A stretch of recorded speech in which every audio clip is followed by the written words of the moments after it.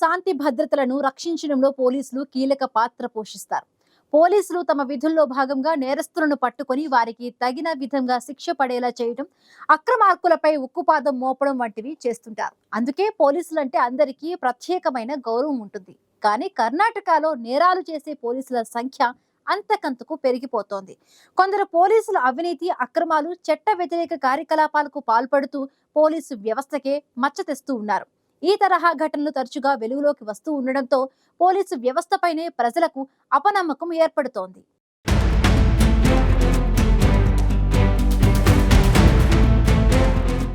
సాధారణంగా పోలీసులంటేనే రక్షకులు అని భావిస్తాం. శాంతి భద్రతలను కాపాడే పోలీసులంటే అందరికీ ప్రత్యేకమైన గౌరవమే ఉంటుంది.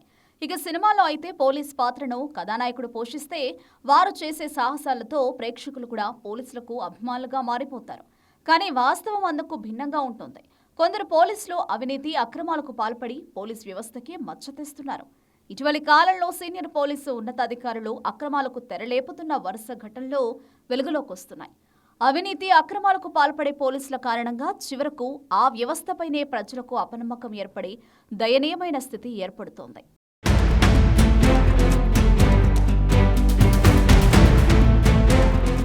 ఇటీవలి కాలంలో పోలీసుల్లో నేరాలు చేసేవారి సంఖ్య అంతకంతకు పెరిగిపోతోంది. నేరాల్లో పోలీసుల పాత్ర ఏటేటా పెరుగుతూనే ఉంది. ఈ పరిస్థితిలో మార్పులు తీసుకురావాల్సిన అవసరం ఉంది.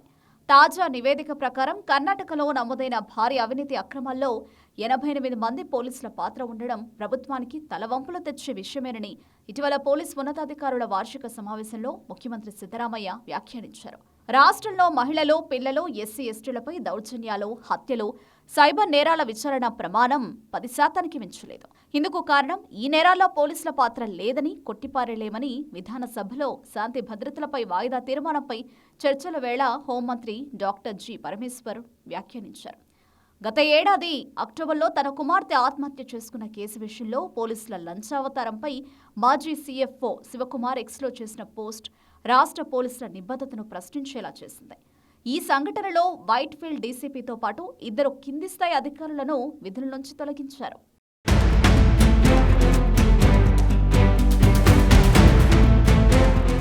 ఇప్పుడు మనం చెప్పిన ఈ సంఘటనలు కర్ణాటక రాష్ట్ర పోలీసుల తీరుతెన్నులకు అద్దం పడుతున్నాయి. ఒకప్పుడు కర్ణాటక పోలీసులు తమదైన పనితీరుతో ఇతరులకు ఆదర్శంగా ఉండేవారు. టెక్నాలజీని వినియోగించుకుని ఎంతటి క్లిష్టమైన కేసునైనా రోజుల వ్యవధిలోనే ఛేదించడం కర్ణాటక పోలీసులకు వెన్నతో పెట్టిన విద్య. కానీ ఇటీవలి కాలంలో రాష్ట్ర పోలీసులు అవినీతి, అక్రమాలు, అసభ్య ప్రవర్తనల కారణంగా దేశవ్యాప్తంగా వార్తల్లో నిలుస్తూ రాష్ట్రానికి మచ్చ తెచ్చేలా మారుతున్నారు. ఒకరిద్దరూ కర్తవ్యాన్ని వంచేలా ప్రవర్తించినా యావత్తు రాష్ట్ర పోలీసులే అందుకు బాధ్యత వహించేలా మారుతోంది. వ్యక్తిగత నిబద్ధత, సేవల్లో నిజాయితీ గల అధికారులు ఉన్నా వారికంటే వేగంగా అవినీతిపరులైన అధికారులు వార్తల్లో నిలుస్తున్నారు. అందులో ఒకటి డీజీపీ స్థాయి అధికారి రామచంద్రరావు రాసలీల వ్యవహారం ఒకటి.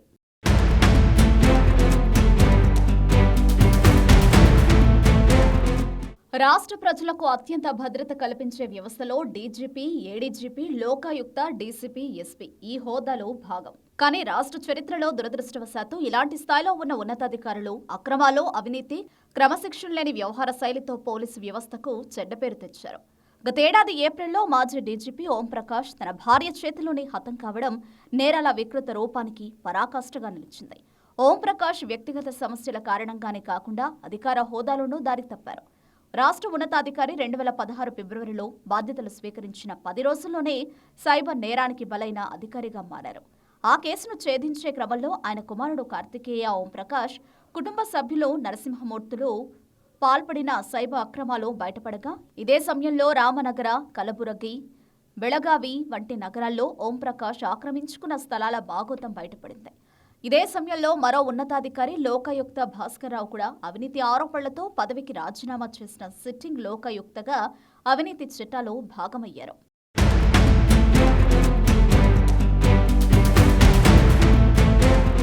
ఇక కర్ణాటక పోలీసుల నిబద్ధతను నిలువునా ప్రశ్నించే సంఘటన పీఎస్ఐ నియామకాల అక్రమాలు. 2021 అక్టోబర్లో నిర్వహించిన పీఎస్ఐ పోటీ పరీక్షలో ఓఎంఆర్ షీట్ తారుమారు, నకిలీ అభ్యర్థులతో రాత పరీక్ష వంటి ఆరోపణలతో ఏడీజీజీ అమృత్ పాల్ను అరెస్టు చేయడం అప్పట్లో కలకలం సృష్టించింది. తాజాగా లోకాయుక్త పోలీసులు చేపట్టిన తనిఖీల్లో ఎక్సైజ్ శాఖకు చెందిన డీసీ జగదీష్ కుమార్ నాయక్, ఎస్పీ తమన్నా కానిస్టేబుల్లో 25 లక్షల లంచం తీసుకుంటూ పట్టుబడడంతో పోలీసుల అవినీతి లోతెంతో బయటపెట్టింది. కేవలం ఉన్నతాధికారులే కాదు, సాధారణ కానిస్టేబుళ్ల చిన్నాచితక చేతివాటాలకు బలయ్యే అమాయకులెందరో ఉన్నారంటే అతిశయోక్తి కాదు. పోలీసుల నిజాయితీ, వారి నేపథ్యంపై సమీక్ష చేపట్టాలని ఇటీవల డీజీపీ ఎంఏ సలీం జారీ చేసిన ఆదేశాలు చర్చనీయాంశంగా మారాయి. దోపిడీ, మోసాలు, నేరాల్లో పోలీసుల పాత్ర పెరుగుతున్న నేపథ్యంలో నియామకాల సమయంలోనే వారి నేపథ్యాలపై ప్రత్యేక సమీక్ష అవసరం. విలువలతో కూడిన సేవలు అందివ్వాలంటే క్రమం తప్పకుండా పోలీసులపై నిఘా ఉంచాలన్నది డీజీపీ సలీం అభిప్రాయం. ఇక నుంచైనా పోలీసులు తప్పుదోవ పట్టకుండా, అవినీతి అక్రమాలకు పాల్పడకుండా తమ విధులను నిర్వర్తించేలా పోలీస్ వ్యవస్థను రూపుదిద్దాల్సిన పరిస్థితులు ఏర్పడ్డాయి.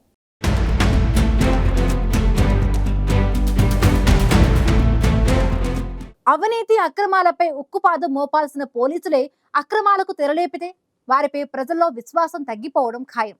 అవినీతి అక్రమాల్లో కూరుకుపోయి పోలీసు వ్యవస్థకే మచ్చ తెచ్చేలా ప్రవర్తిస్తున్న పోలీసులపై అత్యంత కఠిన చర్యలు తీసుకోవడం, పోలీసు వ్యవస్థలో ప్రక్షాళన చేయడం ద్వారా మాత్రమే ఈ తరహా ఘటనలు జరగకుండా అడ్డుకోవచ్చనే అభిప్రాయాలు వ్యక్తమవుతున్నాయి.